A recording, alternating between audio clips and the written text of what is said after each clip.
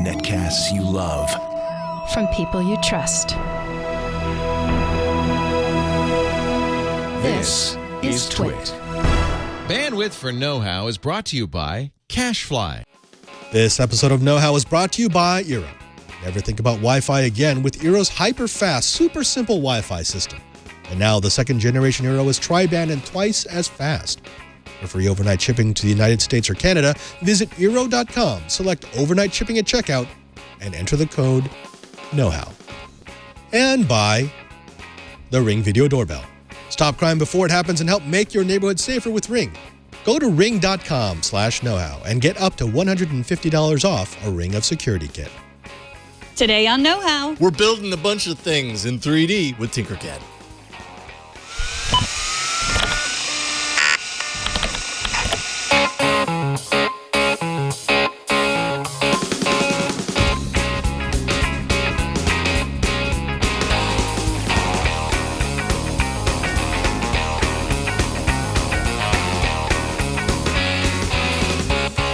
Welcome to Know-How. It's a Twitch show where we build, bend, break, and upgrade.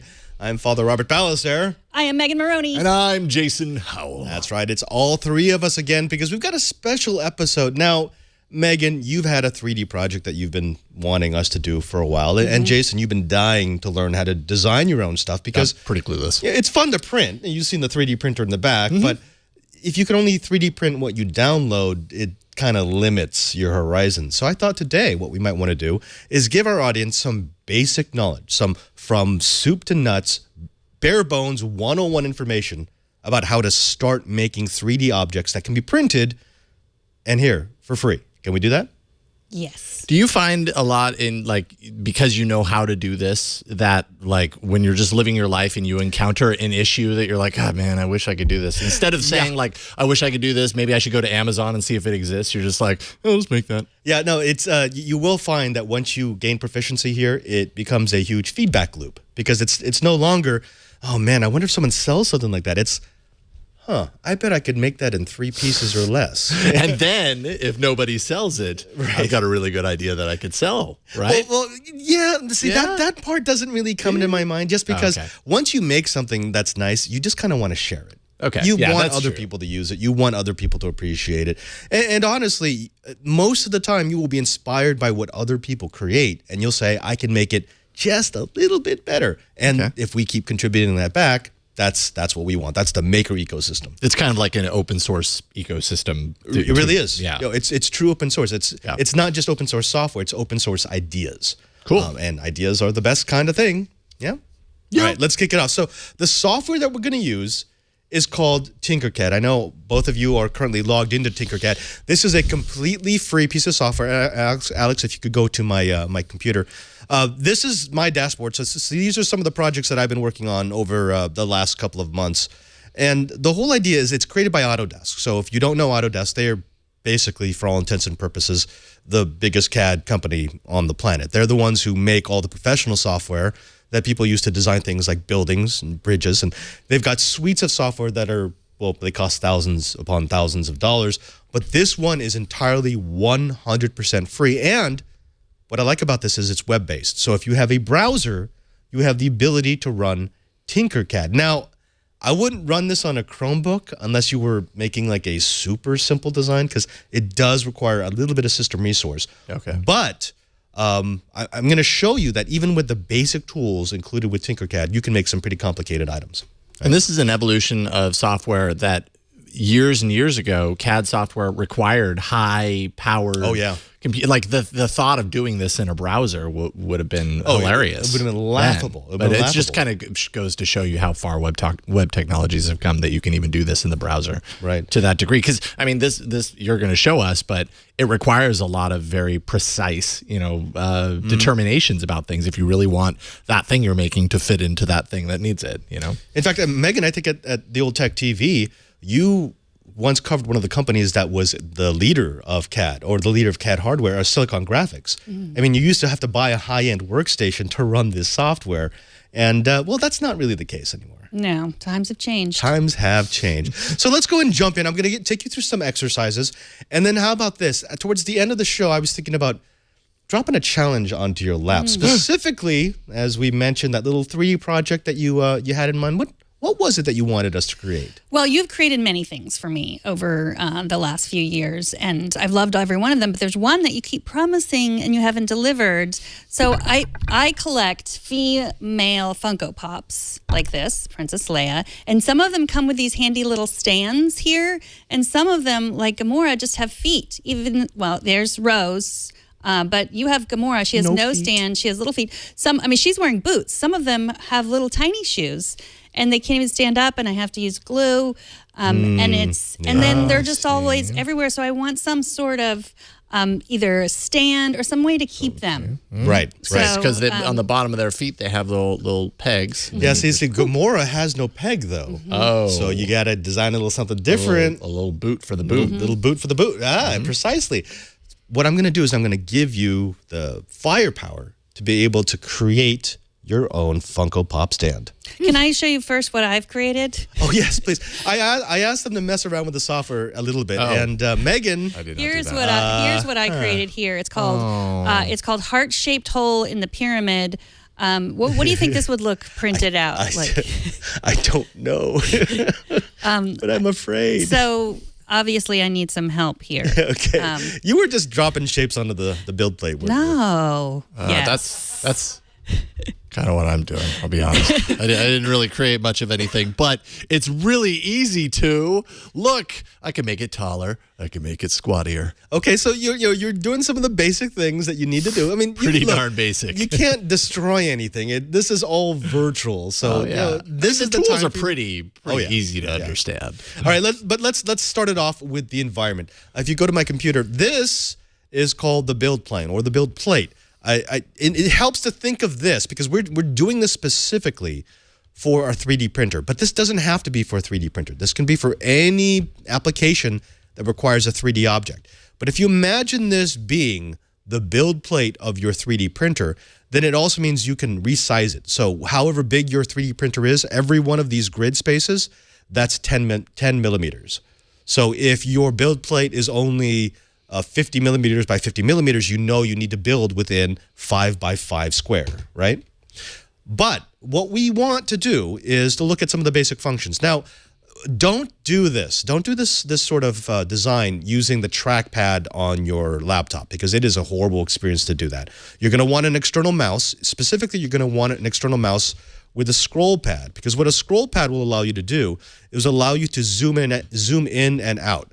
So if I scroll back, I'll zoom out. If I scroll in, I zoom in. Scroll wheel? The scroll wheel, correct. Yeah. So scroll wheel is it's super useful when you're doing 3D design because it lets you zoom in and out at a moment's notice. Now, the F button is actually also very important. So if I've got multiple objects, you'll find that I am focused on the center of my plane right now. And if I want to focus in on this one, the problem is I'll keep kind of passing it. See how it's not really... It's the focus is here, not on this object I want to play with. What I can do is if you select an object and then hit the key F, it changes focus to that object. And now the entire plane revolves around that one particular object. So that's actually, Megan, go ahead and try that. So put an object like off to the corner of your build plate. Up here? There you go. Okay. Now, hold down the right button and move the mouse, and you'll start scrolling around. There you go. Okay. Now, notice how if you want to take a look at that, if you zoom in to try to take a look at that cylinder, it's going to zoom in the wrong place. So now that it's selected, hit the key F. There you go. So now you're focused on that object. Now go ahead and scroll around. Hold the right mouse button and move the mouse. Okay. There you go. See, now you can check all aspects of that 3D object. Wow. Yeah, it's kind of fun. Now, Jason, what do you got?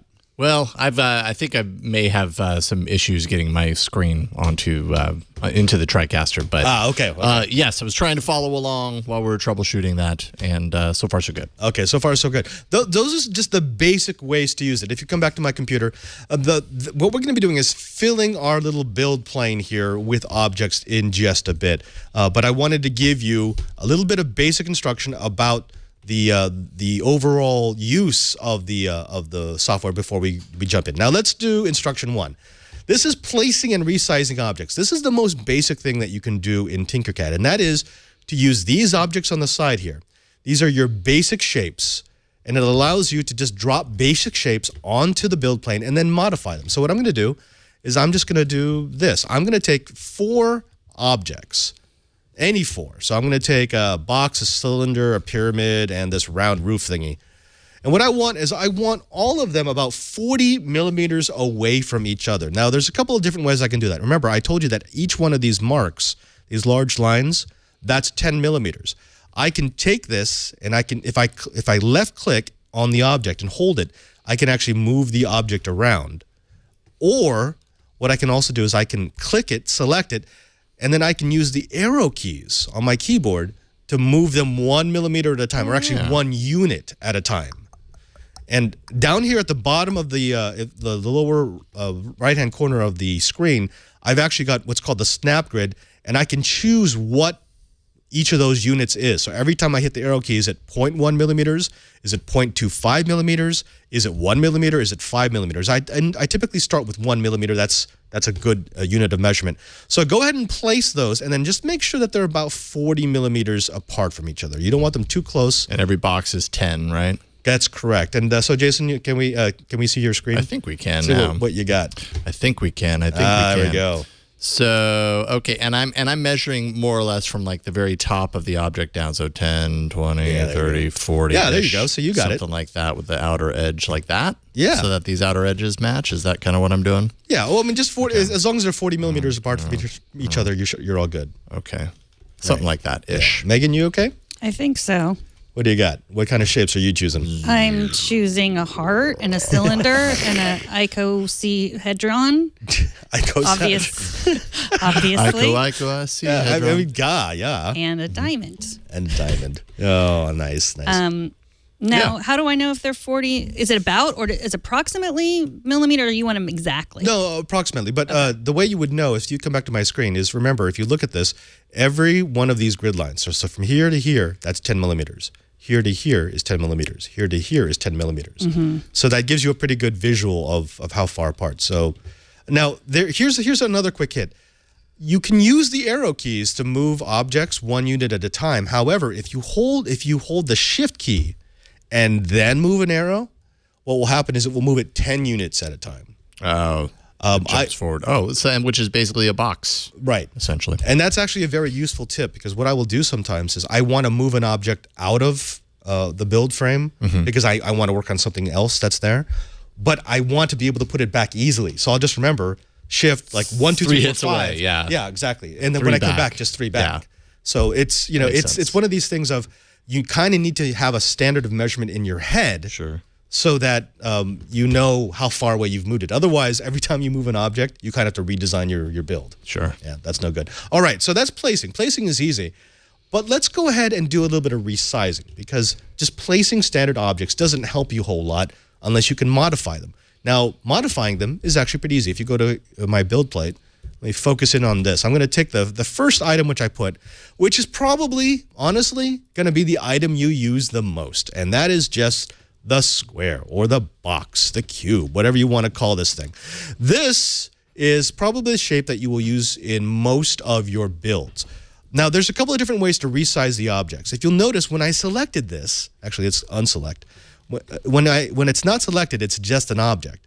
However, when I select it, I get all of these little marks showing up. And if you've ever done any sort of what do they call it, type placing, when you're organizing, say, publishing notes and such, you know what these are. When you go over to them, when you hover over them, it allows you to resize an object. Or make it taller, or make it wider. Correct. And just like it would if you were in, say, Microsoft Word, if I choose a corner, I can change 2 dimensions at the same time, versus choosing 1, which allows me to change 1 dimension. So here's what we're going to do. I want you to go ahead and go through all 4 of your objects, and I want you to double their size. So they're 20 by 20 by 20 right now. Go ahead and make them 40 by 40 by 40. Can I do shift pull and it'll boost it? No, unfortunately not. Oh. So while you're doing that, also I'm going to show the audience a quick tip here. Alex, if you go back to my screen, I can resize just by dragging and dropping, just doing this back and forth, back and forth. But I can also, if I want an easier way to do it, I'm going to say a more accurate way to do it, I can click the boundary I want to change, say that one, and then I can actually click the value. And I can change the value directly. Instead of 20, I'll say it's 40. And that actually goes exactly to 40. And I kind of prefer it that way just because sometimes when you're dragging, you make a mistake and suddenly you're off by a millimeter or two. That's I already am. Mine are not 20 by 20 exactly. Right, because you chose weird shapes. So Yeah. just So You to had to double select them. the you heart. just had to make the weird ones, Megan. So okay, so tell me again how do I get that text box where I write in that I want it to be 40? Okay, yeah. So well, if you watch my screen or watch that screen right there. So from a blank object, you click the object. Then hover over that point, click it, and then see how that number, if you highlight it, you can change it. So it's now Where's the number 25. Should I down make it there? Just 50? make 50. Boom. Oh, what? So wait a minute. So I click that number. And then I probably and want to make then that 50 too. 20. Right? So I want that to be 40, right? That's double. Yeah. Or if you choose the corner, Megan, like this, so like this. So this is 20 by 20. So, and rather than me having to do it twice, I can actually just change both dimensions here. 40 and 40. Got it. 40. There you go. Okay. Megan, think you've I got, got it. I mean, look, I say this as a friend, but I think you have a heart fascination. I do. We can change the world with love. All right, cool. And we wanted them taller as well, right? Oh, right. So go ahead and double Yeah. the height. Yep. Now, if you go to my screen, Alex, one quick thing. This is something that you'll very quickly figure out. But up and down, left and right on the build plate, it is not absolute. So right now, what I'm going to do is I'm going to hold down Shift. I'm going to hit up. And it moves up by 10, up by 10, down by 10, down by 10.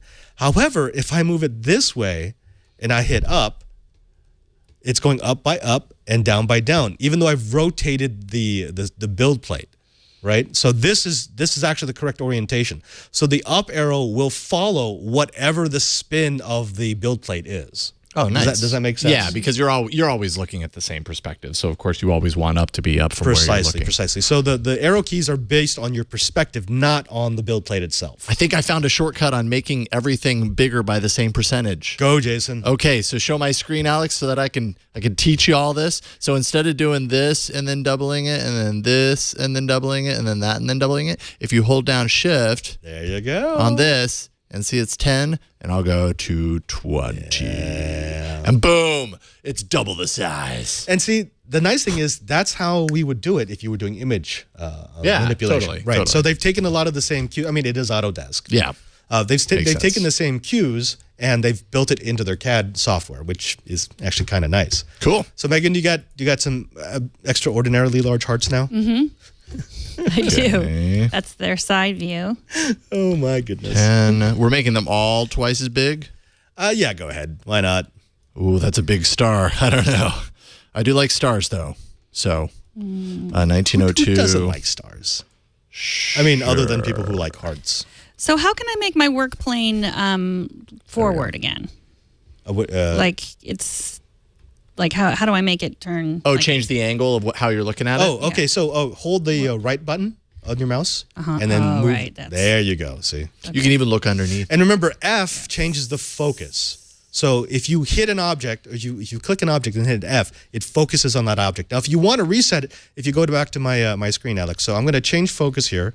So it's skewed off to the side. And so now my rotation's kind of weird. There's also this key, the home key. And if I hit the home view, it resets it to the original. So home always resets to the original. So Is that just H? No. No, just... Oh, H hollows out the item. You don't want to do I did that turns- already. turns Okay, into a I've hole. undo it. Okay. All right. Do we got that? Placement and, so. and resizing. That's not a Yep. problem, right? Easy peasy. All right. Let's go ahead and do elevation and rotation, because this is also important because it's not just objects next to each other. Sometimes you want objects on top of each other, right? You want, Yes. and you need to play with elevation. Now, there's a couple of different ways to do this. I'm going to go ahead and simplify my build plane a little bit. Let's get rid of these. Come over in the middle here. All right, I'm back to my box. Now, if I want to change the elevation, I'm going to click the object that I want. And then notice at the top here, there's like this little arrow up at the top. And actually down below, there's another one down below here. Those allow me to change the elevation. They allow me to change how high or low off the build plate it is. In this particular case, I want to raise it 20 millimeters. So what I can do is I can hover over that arrow until it turns red. See how it turns red if I stay there? I'm going to click it, hold it, and then I'm going to drag it up. And notice that as I drag it up, I get that little measure on the lower right corner that tells me how high off the build plane it currently is. So I want it 20 millimeters, just like that. And notice how it even gives me a shadow, so I know still where on the build plane it is, even though it's no longer touching the build plane. So Jason, you got yours? Yeah, I've elevated the boring straight-edged cylinder, and then I assume at some point I can just drop it onto the round one. Boom. And I've got something. I don't know what I'm making, but I've got something. It's a thing. You did a thing. It's never been created before. Megan, what's your thing doing? My heart is flying. Literally. Megan has found rotation, which we were going to get to. Okay. But okay, actually go back. I'm to so that. jealous, Megan. You found rotation. How did you? Megan's just the fluttering heart now. Oh, and now her resizing and everything. This is wow. All right. Okay, so we've got elevation. There is also another way to do it. Just like with resizing, if I wanted to, I could actually click that arrow, and then I can choose what elevation I want. So I can put this at 50 if I want. There you go. So okay. Yeah. Yeah, So that makes sense. you've got multiple objects. Why not put all your objects at, say, 50 millimeters? Quick question, and it's kind of a stupid question. I know how to do this view, and I know how to do this zooming in thing, and I know how to drag and everything. How do I get it so that I can just shift my view over there? Is it? Oh, so hold down the right mouse button and move the mouse. Just move it. See? Well, that rotates. Yeah. What if I just want to shift my view left or right, not rotate around? Oh, no, no, there is none of that. Fine. So it's always based on a focus. So actually, go. I see what you mean, because you're always focusing on a particular object. Correct. You don't want to move outside of the plane of that object. And okay, that makes sense. This is actually a trick that I use when I'm designing. If you go back to my screen, Alex, let's say, so here's a design I've been working on for a while. Now, sometimes I'm struggling because it's not focusing on what I want it to focus on. So what I'll do is I'll just take a small object, and I will place it near where I want to look. I'll focus in on that object, and now I can draw focus to where I want it. See? So anywhere I put that object, that's where focus is going to shift. Oh, interesting. Right. It's you figure there should be an easier way to do that. It's kind of a hacky way to do that. But I mean, it achieves it. It works.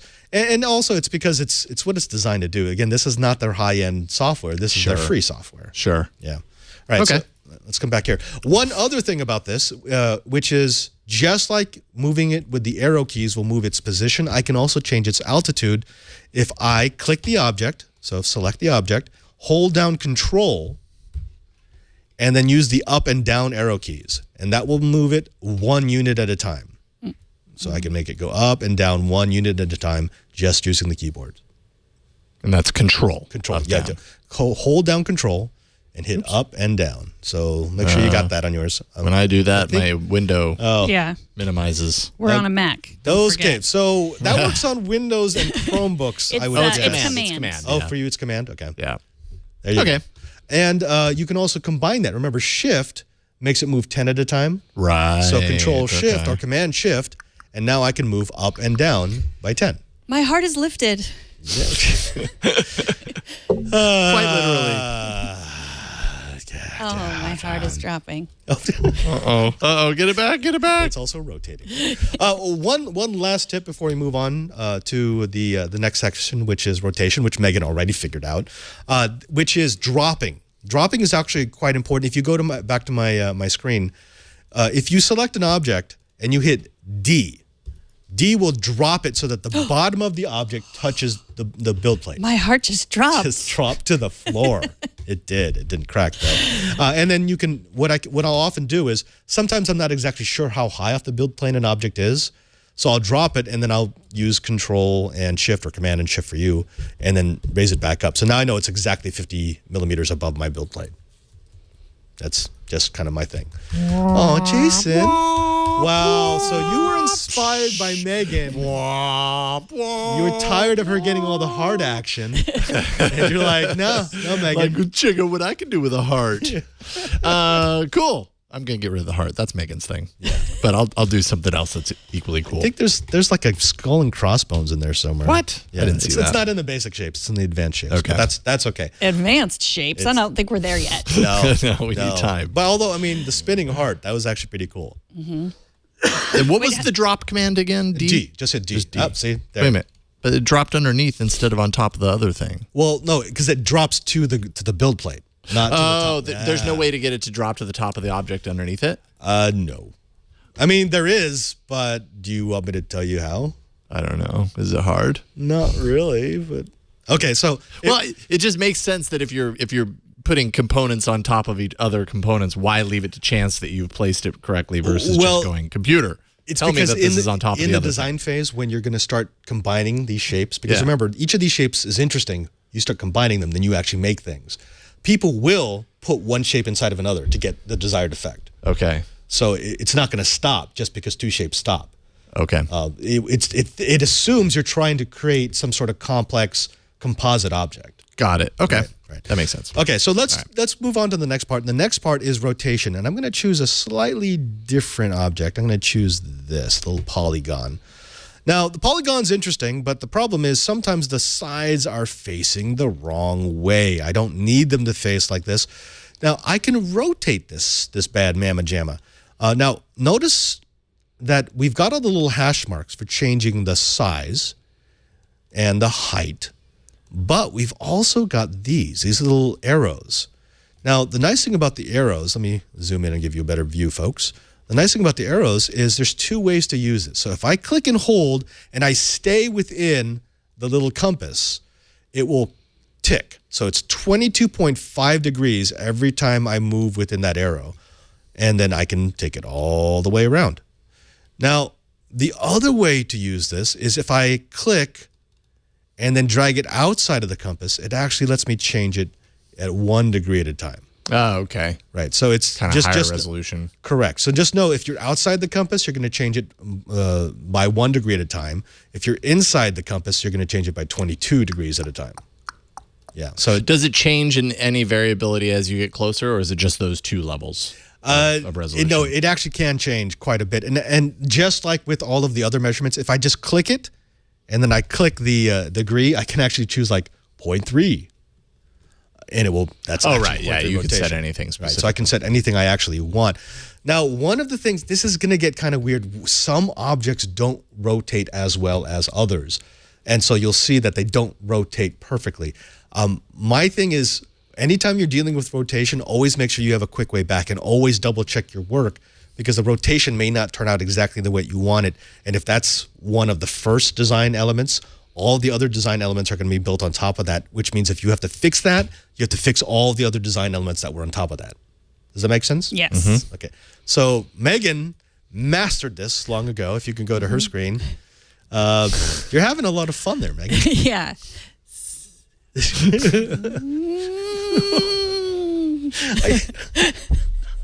is worth it just to watch you do that.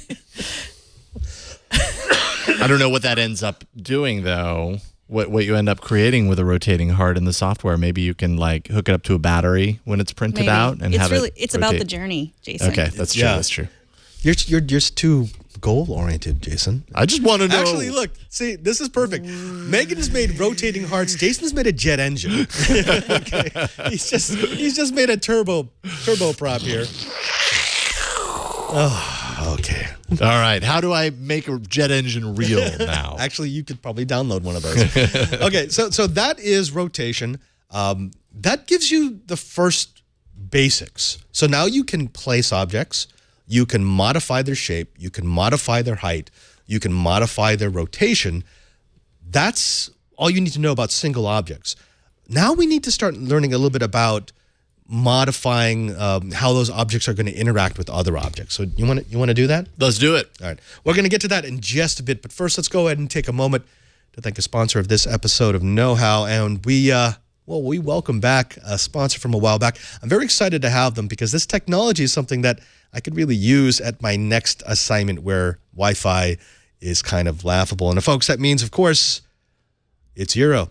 Now, with Eero, you can install an enterprise class. No, that's not a typo. An enterprise class wireless solution in your home or your small office. Now, you simply download the Eero app on your iOS or Android device, and it will walk you through each step of the process. It's quick, it's easy, and it's painless. You can easily create and share a guest network, know how many devices are connected at any given point, and check the internet speed that you're getting from your service provider. In other words, the things that we've shown you here on Know How, when we've set up things with different routers and different pieces of monitoring software, you can do it all from an app.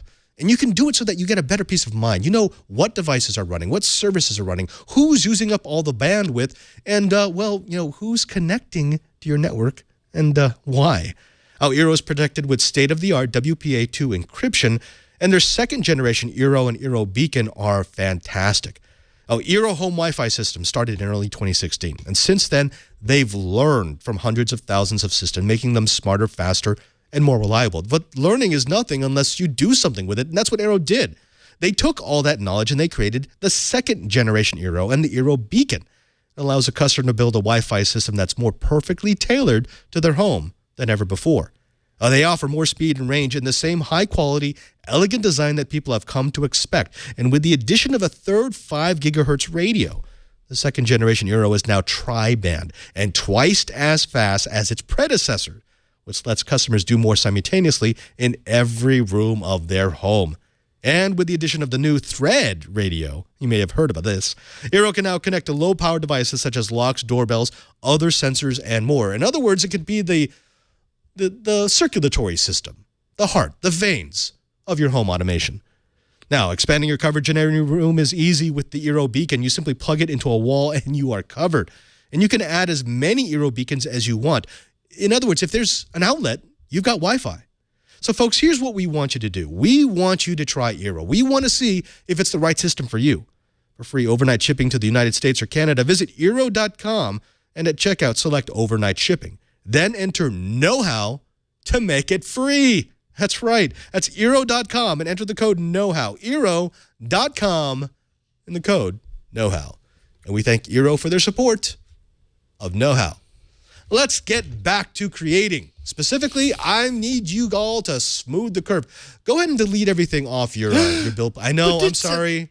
I've never created a jet before. You can save it and create a new project. Oh, okay. Yeah, you could do that, or you could just assume that you will have the inspiration once again, Jason. I don't know. This is really complicated. It took me a very long time. Fine. Delete.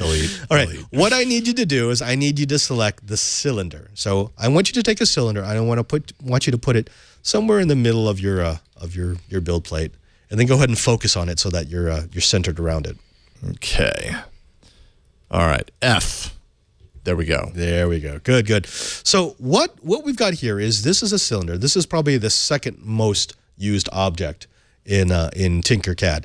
Now, did you notice anything about the particular shape of this cylinder? I mean, it's not perfectly cylindric. Yeah. It's got flat sides. It's got flat sides, and that's because whenever we're dealing with CAD, any curved surface is not actually a curved surface, not a single curved surface. It's actually a bunch of lines. Mm-hmm. Now, the more lines you have, the more close it gets to the approximation of a curve. Because remember, this is digital, right? Right. So in other words, if I can make more segments, if I can make more sides, I can get closer to the curve. And that's the same thing here. If you go to my computer, let me zoom in here. Whenever I select an object that's got a curve like this cylinder, I'm going to get this little shape box. And this allows me to increase or decrease the number of sides. So I can go all the way down to 12, which makes it super coarse, or I can raise this up to 64. And 64, now we're talking. Now that's getting closer to an actual curve. Now you might be asking yourself, well, why wouldn't you do 1,000 curves or 1,000 segments, so on and so forth? Here's the thing. They understood that when they were making this software, most of the people who are going to be using it are making 3D objects for 3D printing, right? 3D printers don't, when you slice them, they actually do lines. They don't do curves really, really well. So if you put more sides than 64 and you try to slice it, the slicer is probably just going to undo that work. So different 3D printers have different resolutions that they print at, right? Correct. So would a higher resolution 3D printer be able to handle 64 sides versus Most of them, consumer one? Like what's the most you could expect out of kind of a lower grade 3D printer? I mean, there's no hard and fast rule because it's based on the object and it's based on the slicer. But just know that, okay, if to make the 3D printer nozzle head go from here to here, that's one instruction. Yeah. Go from point XYZ to point XYZ. To do 2, so I get a triangle, that's now 2 commands. To do a curve, that could be 64 commands. Now let's say I want 1,000. I've just put 1,000 commands just to make that little curve. It's going to take forever. Yeah, and remember, now multiply that by how many layers there are in your particular 3D object. Right. It will take for freaking ever. Wow. Yeah, so yeah, it's a practical thing. Okay. All right, now, but that's not the only controller. If you go back to my computer, we're going to ignore segments. Segments is kind of useless for you right now. But there's this other command called Bevel. And you'll notice that if you increase that value, look at the top and the bottom of the cylinder as I increase. It kind of... it kind of gets kind of rounds the top. Well, right. Not really a round, but yeah, it's an approximation of a round, but it gives a bevel. It chamfers. It's a chamfered edge, right? Wow. Okay. Right? It is. How did you know that? From the iPhone 5 days. Oh, okay. Chamfered edges. Got it. Yeah. So that's a nice. Some people kind of like that effect. I'm not a big fan of it. I don't like to bevel anything except maybe every once in a while. I will slightly bevel the edges of a case just so that they look a tiny bit nicer. Yeah, it gives it a nice extra little touch. Right. So okay. Now you've gone ahead and done that, right? You've got the sides and you've got the beveling. Now here's the other fun part. Let's go ahead and add a box to your build plate. So delete that. Go ahead and drag over a box in the middle of somewhere, focusing on it. Okay, the filled-in box or the transparent box? No, those regular box. Okay. Which, and by the way, the filled-in and the transparent, they are actually the same, and I'll show you why in just a bit. Yeah, I know, right? Intrigue.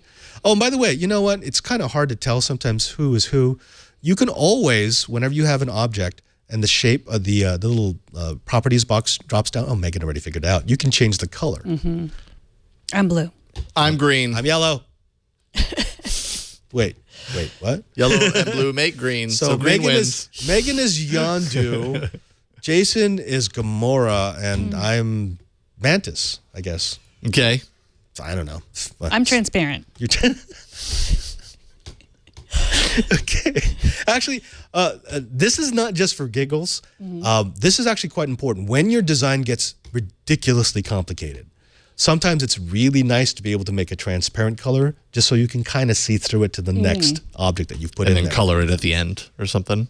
Well, no, because remember, when you're done, it's all going to be the same color. Right, yeah, So, okay. But it's just, like when I did this little ZPM thing here, I'm going to do this. I'm going to regret this almost immediately. Control C, Control D. Is this the thing from Infinity War? Oh, no. This is a Stargate thing. Oh, see, I knew I don't want to do it because this computer is a little slower than my desktop. This particular object right here, that's actually comprised of 500 different objects. Wow. And so did you meticulously, like piece by piece, place it, Yep. tweak it, size it? You got a lot more patience for this than I do. Yeah. Well, That would be really hard for me to the know interesting that the thing payoff was is worth it. making something irregular like this that looks like chaotic. Yeah. It's very hard to make something that looks chaotic. Yeah. Because CAD does not like chaotic. Right. CAD likes regular, CAD likes smooth. So trying to make this kind of, like even this, trying to make this surface, this particular element probably has about 200 different objects inside of it. Dang. And there's not just positive objects, there's negative. Actually, here, I don't need that one, but yeah. So this was one of the prototypes. This little chaotic ZPM type thing. This was an early one I ditched because I didn't like how it looked. But this one was about 300 different objects inside of it. I like how that looks. Yeah, people thought it was the Superman's Fortress of Kind of Solitude. feels like that. Yeah. Yeah. Kind of feels like that. That's I okay. thought it was a hat. For small people. All right, so back to business, though. All right. This one is a box. So we've got a box here.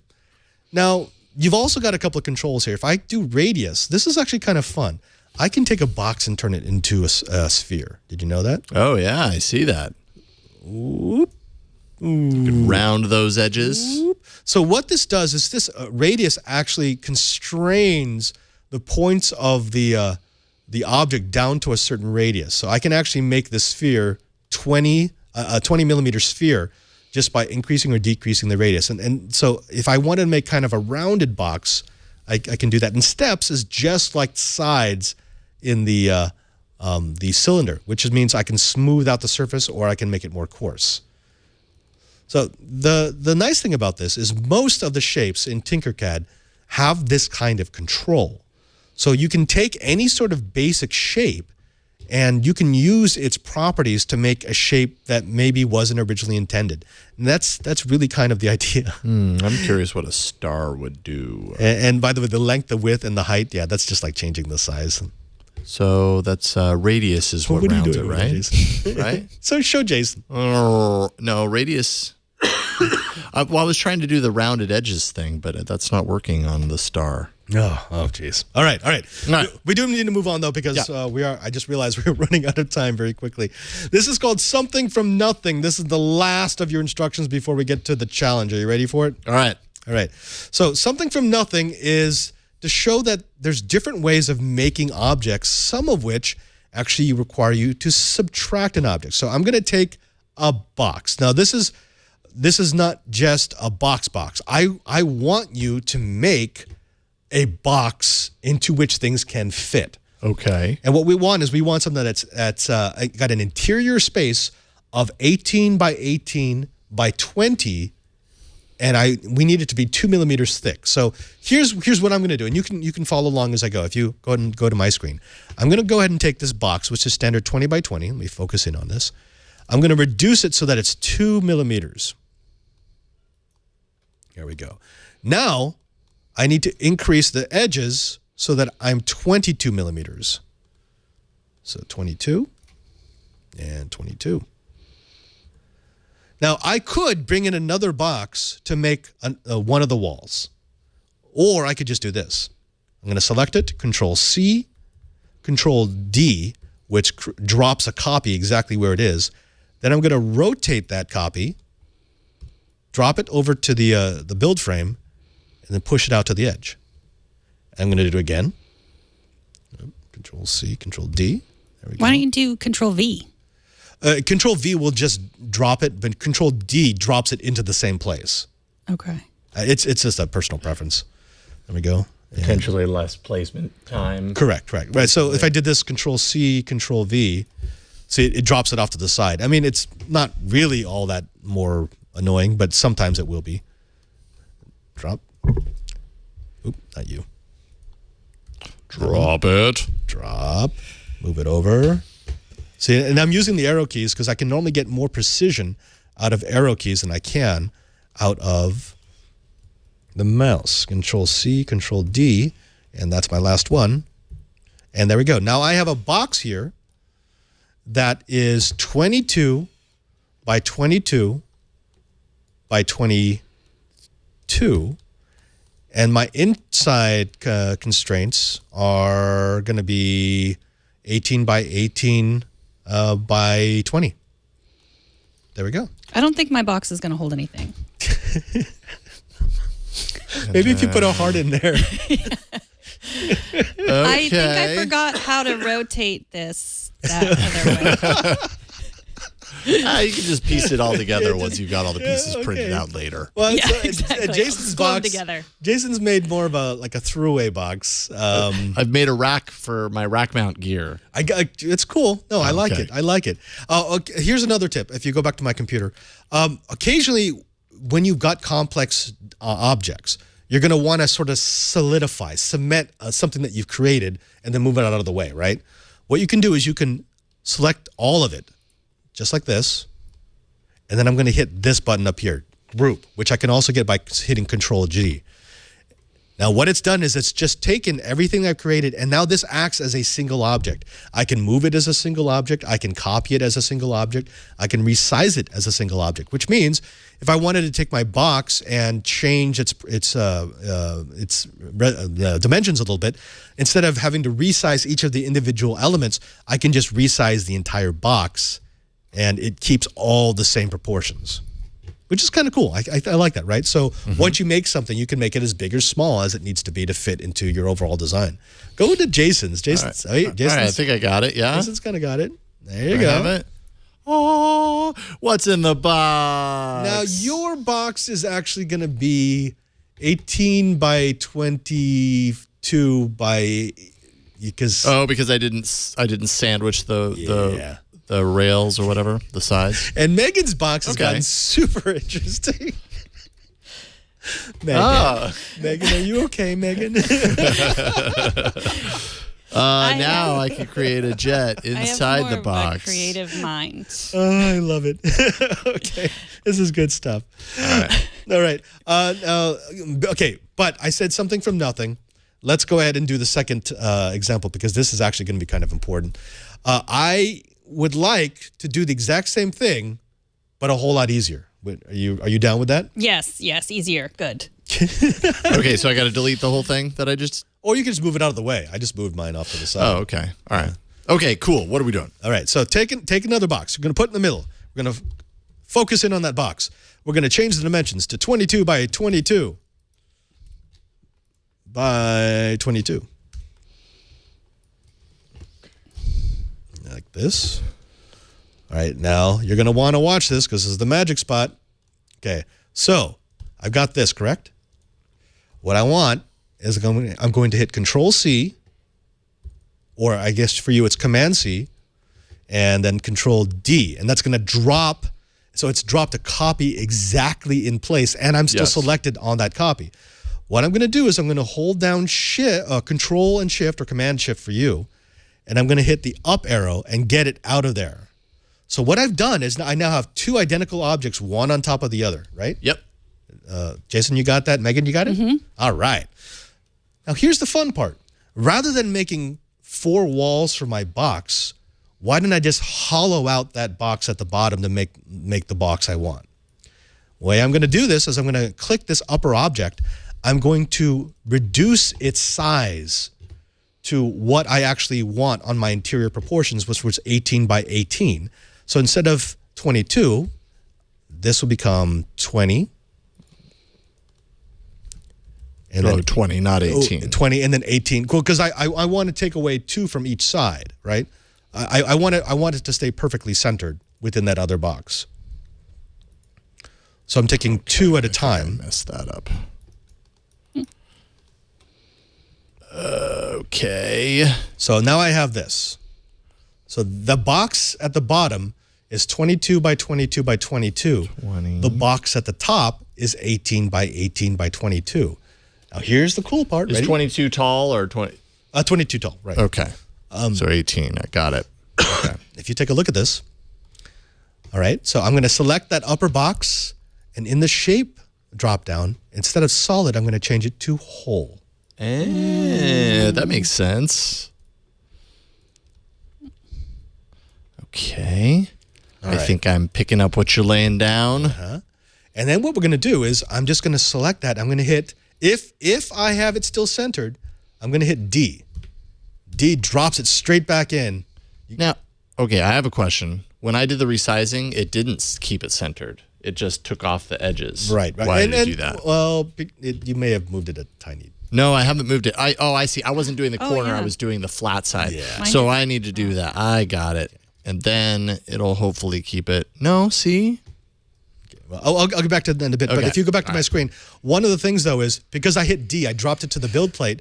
You'll notice it's made Jason's thoroughfare type box, the rack mount box. Good. I don't want that. I actually want 2 millimeters there. So I'm going to raise it, after I've dropped it to the build plate, I'm going to raise it by 2 millimeters by hitting Control and holding up.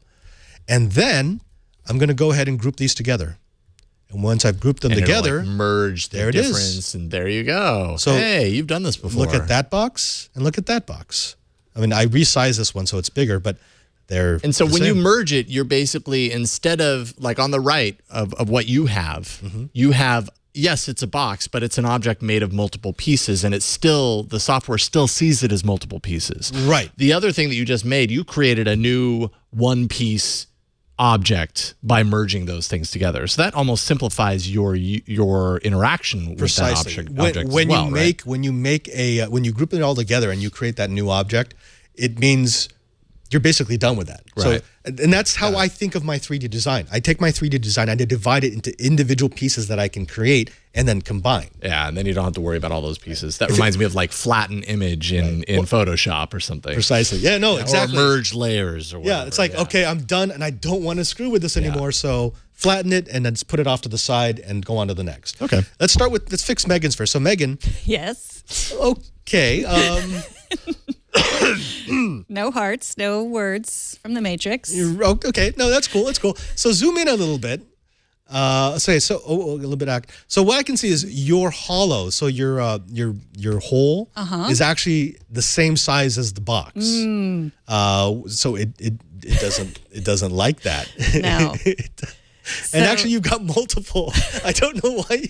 Why did you put so many holes in the box, Meg? How It's many the clown boxes do you car. have in the box? It's the clown car.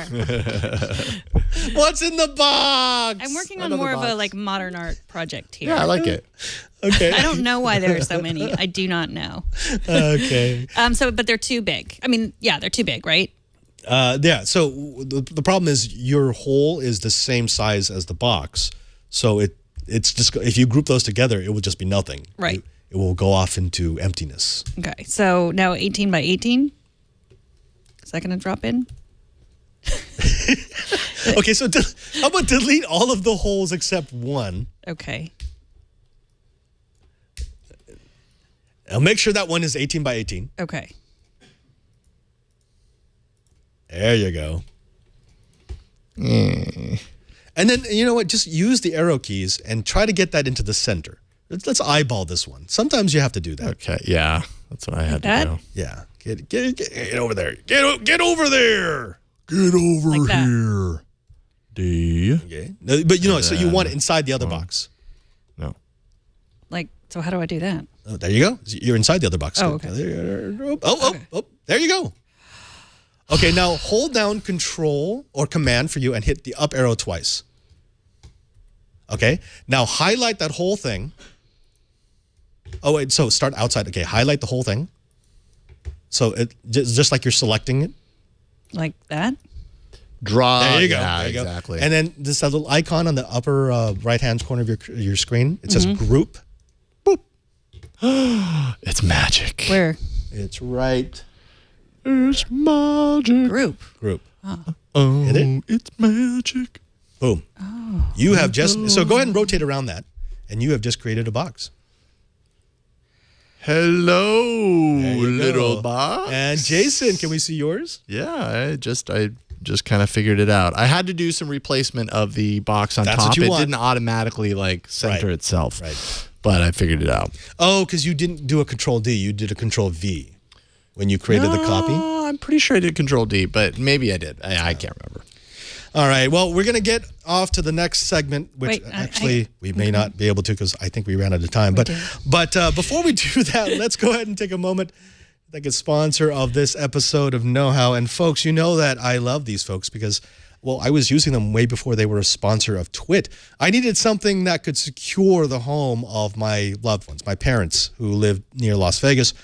I was worried about break-ins. I was worried about people scoping out their homes, and I just couldn't find a decent way to make sure that I could guarantee their safety until I found Ring. Ring has helped to make neighborhoods safer, and they've done it with some wonderful technology that's both incredibly advanced, incredibly high quality, and yet simple to install. That's been their legacy, and they're just making it better and better.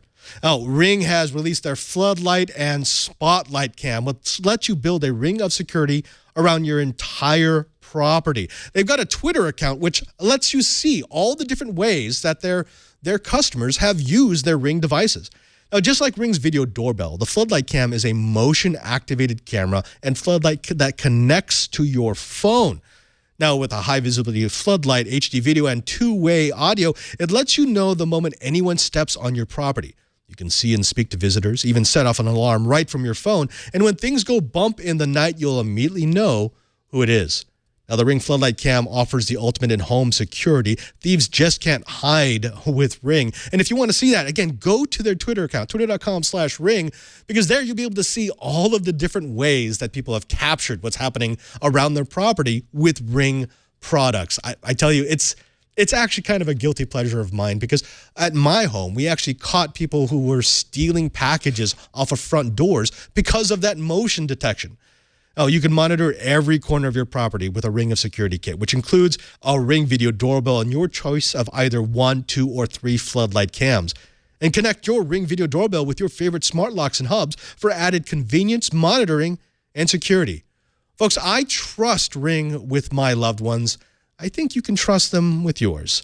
Now, you can stop crime before it happens and make your neighborhood safer with Ring. Save up to $150 off a Ring of Security Kit at ring.com/knowhow. That's ring.com/knowhow. $150 off when you go to ring.com/knowhow. We thank Ring for their support of Know-How. Okay, so the challenge part, unfortunately, we kind of run out of time for. Or fortunately. Or depending on how you look at it. But here's what we were going to do. I'm going to give you a little teaser because we're going to have to do this again because we actually have to do some design. Do you feel as if you've got a bit more control of the tool? Like Megan, for example, has gone clone crazy. Mm-hmm. Once I created a box, you can't stop me. They're everywhere. Folks, why create a box when you can create all of the box? I'm creating storage for my closet. I think these are a lot smaller than you envisioned them to be, Megan. Why do you always have to think of size, Jason? Actually, now remember, you can scale these up and down. So, I mean, it doesn't have to be millimeter. I'm making a house to live in. I thought you were making a jet engine. No, I'm making a house now. Okay. Well, I've changed. If you're going to do this, I will suggest that you use one tool, and I will leave this at the studio so you can use it. This is a micrometer. This is incredibly important because this allows you to take objects in the real world and figure out how you should design for them. For example, I don't know, maybe a Funko Pop figurine. Now, the nice thing about this is, by turning it on and resetting it, it allows me to find exact measurements. It allows me to find exact membership to the Guardians of the Galaxy. And so, for example, if I needed to know how far apart Gamora's feet are so that I could design a proper base, I would just do this. And I know I need to make something that's at least 38.03 millimeters in order to fit that foundation. Around the boot. Correct. So this is, excuse me, this is the start of your design for your Funko Pop stand, which I think we need to do for the next. That has to actually be the focus of the next project, correct? Mm-hmm. Okay. That'd be great. Now, any questions that you have, because the question that you have are going to be the same questions that the audience has. Are you happy with this? I mean, you were able to complete the exercise, correct? Yeah, I feel like I learned a lot. I mean, the thing is, now I understand. Megan wanted a box to put her video in. I think Alex perhaps wants a box to put my head inside. Actually, that could be the new know-how transition. Yeah. We're just all inside Megan's various closets and whatever. Oh my goodness! But what we're gonna do is I kind of want to see what you can do with this, because again, we're making very simple objects. But every complex object starts with a lot of simple objects, and that's what we like, right? Mm-hmm. No, I just want you to know, Padre, that I can actually live inside the home that I've just created. It's hollow, and if I go inside, you'll see. Whoa! I can actually live in here. So they build it around you? Because I don't see a door. Oh, you're right. Okay, well, I'll work on that. Okay. And we'll let you know. You've heard of tiny homes before, right? Yes, this is like really tiny home. Super tiny home. But I think it's the future. So. Well, I mean, this is kind of a shock. I actually put too much in an episode. This never happens, right, Alex? Yeah, Never happens. Never happens. Folks, we know that this was a lot of information to get at once. I'm going to make sure you get everything in our show notes. So if you want to know a bit more about Tinkercad, if you want the link for where you're going to find a micrometer, which, by the way, when you buy, please don't buy a cheap one. I know there's a lot on Amazon right now for like $7. Spend $40 because the $40 one will last forever. The $7 one will last you for about 4 weeks. Do the math on that one. So this is kind of my passion right now. Even when I don't have the project coming on Know-How, I'm often playing around with Tinkercad. And I actually do have a full-featured program for CAD, but Tinkercad has become so easy because I can bring it up at anywhere. It's just a browser. I do this on the plane over the GoGo Wi-Fi or whatever they call that thing. In fact, coming back from Rome this last time when I got sick, that's exactly what I was doing halfway over the Atlantic. And I'm hoping this passion will rub off on the two of you. I don't know what you're talking about, but now my home has a skull on it. Yeah, that's right. Jason found the more advanced shapes. Okay, I think I understand the power. Okay.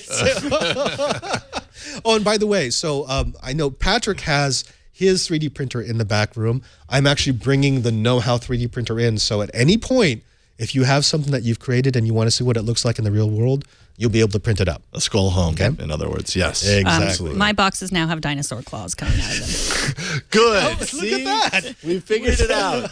We are professional. Oh, my goodness. Thank you, Padre. This is super interesting and informative. I've never known how it's always been a very mystifying thing, this whole that's CAD why thing. we wanted to break, because most people think I could never learn CAD. You just did in an hour. And I know it's the basics, but the basics are you just do them over and over. You just do the basic things over and over again, and you get a complex object.